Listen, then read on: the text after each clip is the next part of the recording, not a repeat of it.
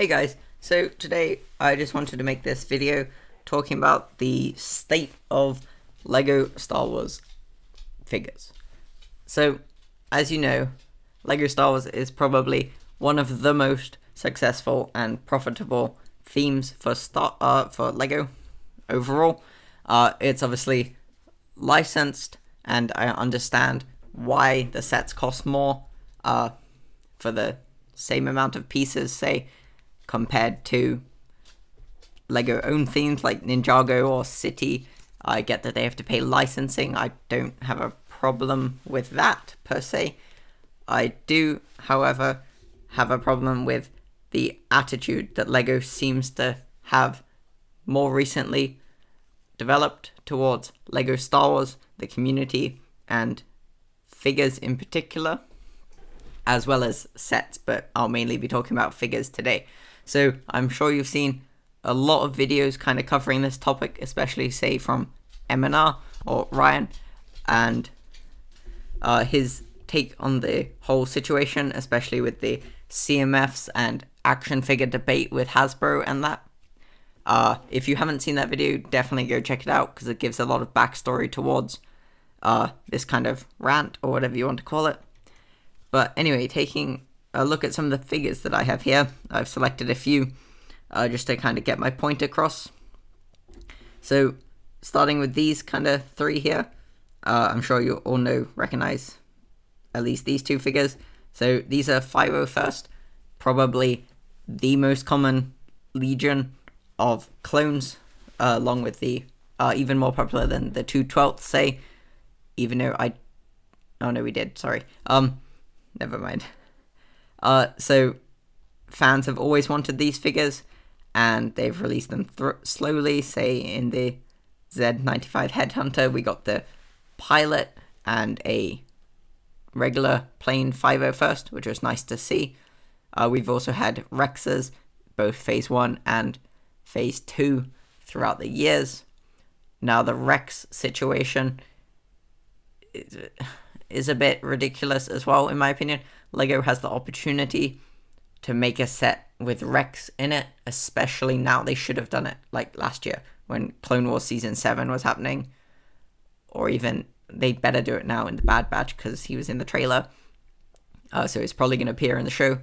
But Phase 2 Rex, that was in, I believe, a £20 set, $25 set, might have even been $20, is now $100, $150 new, which is utterly ridiculous. LEGO could be profiting massively off of the 501st, which they have done with the 501st Battle Pack.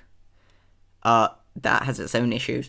Them releasing it for twice the cost of a regular Battle Pack when fans would have been absolutely thrilled to have the 4 501st and one small build in a set. That would have sold probably even more volume than the $30 Super Battle Pack. However, I understand why LEGO did it. Throw 2 clone droids in, add an extra oversized build, and oversize the first build, and charge double the money, and still sell ridiculous quantities of the set. However, I don't understand. They do this, and as MNR stated many times, they hide it. It's not on LEGO in the bestsellers. It's not even listed as a set. Up until my knowledge, it's still not listed as a set. They've even had the whole issue with Australia getting product there, so it didn't sell, so they think people don't want it, so they just retire the set in Australia, which is utterly ridiculous, even though these figures come from the best-selling LEGO Star Wars set of all time. Like, I don't understand their logic. And again, with the Rex, like, they could have the opportunity to profit massively from a set with Rex in it. They could even put Rex in a $100 set and people would buy the set like crazy, probably. Same with, like, we've seen the same with Ahsoka's in Season 7.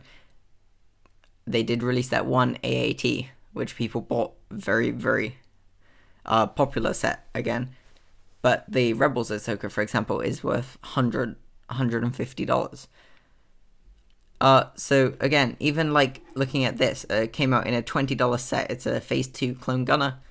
check out my review of the set if you haven't seen it. $25 set, as I said, £20 set is now worth £15 in new condition just for the figure. And that only came out in 2017. The Scout Trooper at the top, I entirely understand, is worth £40-ish in used, very good condition. Which makes sense. He came out in 2006, 2007, and he's the old style of this trooper here, which came out in a battle pack. And so they're not making any more. They won't make any more, presumably. And so supply increases, demand decreases. No, sorry, supply decreases, demand increases, therefore price increases. That makes sense, because they're not going to make another one of these because they have their new design. This guy's still worth like £8, even though he came out in a £12 battle pack, 2 of them in a £12 battle pack. But that's just how Lego figures work. I don't have an issue with them increasing in price.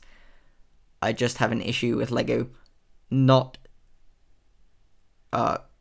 admitting to the fact that they realize that figures are going up and people want them so much, and they're cutting off so many potential customers by not re-releasing them, and they're not profiting from they are profiting from the Bricklink sales now, technically.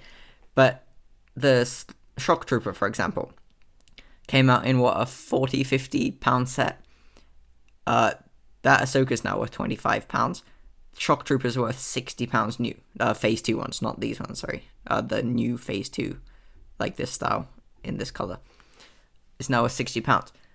That cuts off so many kids or anyone who doesn't have the money to spend £60 on one clone that they might even want more for a mock. That limits so many. They could make a battle pack that sells like hotcakes and make so much off of that, but they don't. And they won't make a CMF, as Ryan talked about, because even though they can, they won't, because they, for whatever reason, don't, and they lied about it. Like, Lego's attitude seems to have gone downhill so much since I was a kid playing with Lego, and even there, they had like the Lego VIP program, which I will plan on making a video about, was better then, and it's just so much. And the reason I've put the pilot on here is because I have an issue, again, with the UCS gunship that's coming out. So it's rumored that the figures for the UCS gunship will be a Mace Windu and a clone captain, the red clone officer, which I believe is a captain. And Lego has openly said on that call they did for the description of the gunship that figures aren't important in a UCS set, which I understand. Very, very few of the UCS sets, excluding the 2 UCS Falcons, are scaled for minifigures. The AT-AT, maybe, but I highly doubt will come with a handful of snowtroopers and a couple of pilots and several things. It'll probably just come with a pilot and General Veers. So the gunship will come with those 2. It won't even come with a clone pilot or 2. And my issue with that is, as many people have talked about, we haven't even got an accurate Phase 1 or Phase 2 regular pilot. And what better ship to put it in than the clone gunship, the one we've seen the pilots in the most. And the design where it's supposed to be the most accurate model that they can make. So why not make the most accurate minifigure to put into the set as on the display stand, instead of Mace Windu, who we've got in numerous sets, and Clone Captain, who we've also got in plenty of other sets before. Why not increase the demand for the set by putting exclusive minifigures into it? Sure, they may put more detailed printing on Mace Windu's cloak or something, but is that really worth it? Like, they could make more money just by listening to what the fans want.